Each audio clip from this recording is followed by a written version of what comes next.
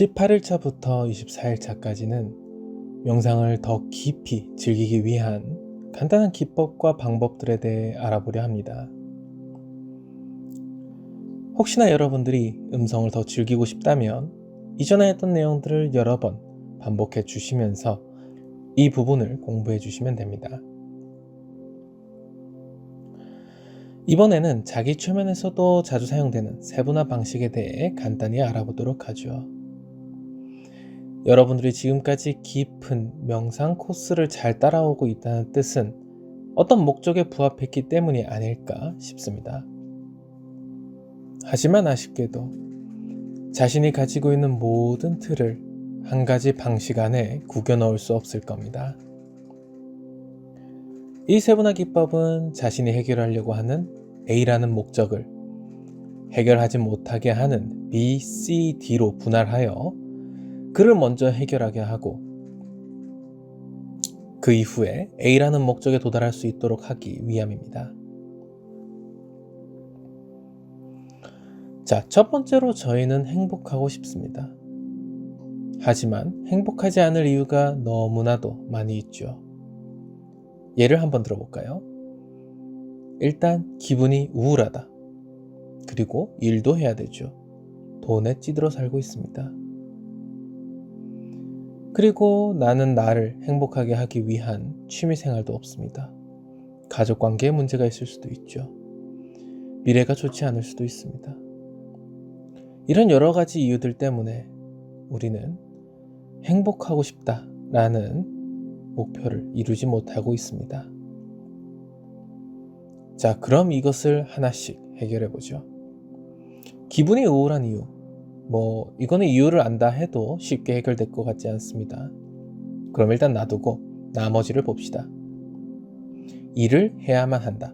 내가 일을 해야 하는 이유는 돈이죠. 세 번째 내용과 겹치는 부분이 있습니다. 어떤 일을 하고 있나요?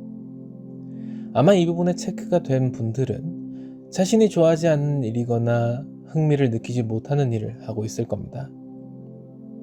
아니면 직장에 있는 어떤 누군가 때문에 그것을 부정적으로 느끼게 되는 경우도 있겠죠. 어떤 분들은 이미 이곳에서 해결할 수 있는 분들도 있을 겁니다. 예를 들어 자신이 좋아하는 일을 시작해 본다거나 현재 일을 끊을 수 없다면 투잡이나 취미 생활을 만들어 볼 수도 있겠죠.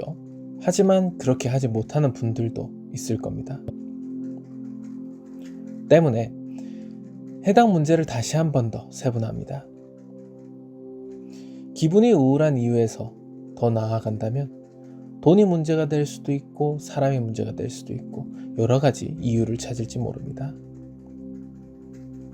만약 일을 해야만 하는 이유를 쫓아가 본다면 돈 때문에 아니면 주변의 권위나 그런 목표를 도달하기 위해서도 될 수가 있겠죠.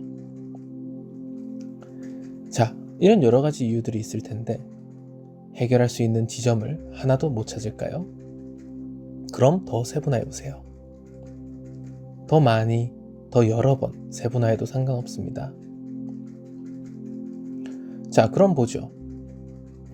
여러분들이 이 중에 자신이 가지고 있는 내용과 겹칠 수도 있고 그렇지 않을 수도 있습니다. 하지만 상관없어요.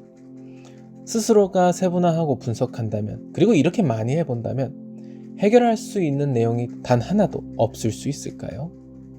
아마 몇 개 나올 겁니다.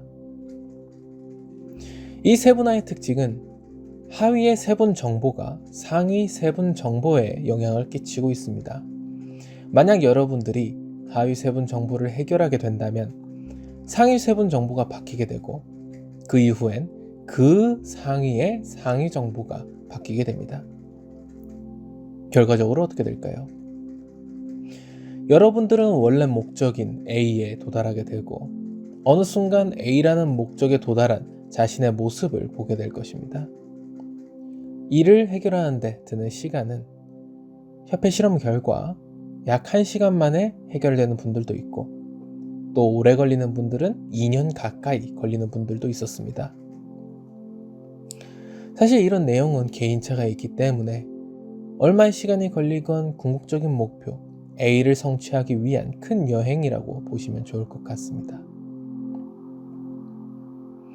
세분화를 통해 문제가 제거된다면 여러분들은 명상을 하는 동안 더 이상 자극받지 않을지 모릅니다. 더 이상 자신의 트랜스에 방해받지 않을지 모르며 문제 해결, 정화와 같은 것 역시 더 이상 아무것도 하지 않아도 될지 모릅니다. 지금 한번 연습해 보세요. 그리고 모르시는 점이 있다면 언제든 댓글로 질문 남겨주시기 바랍니다.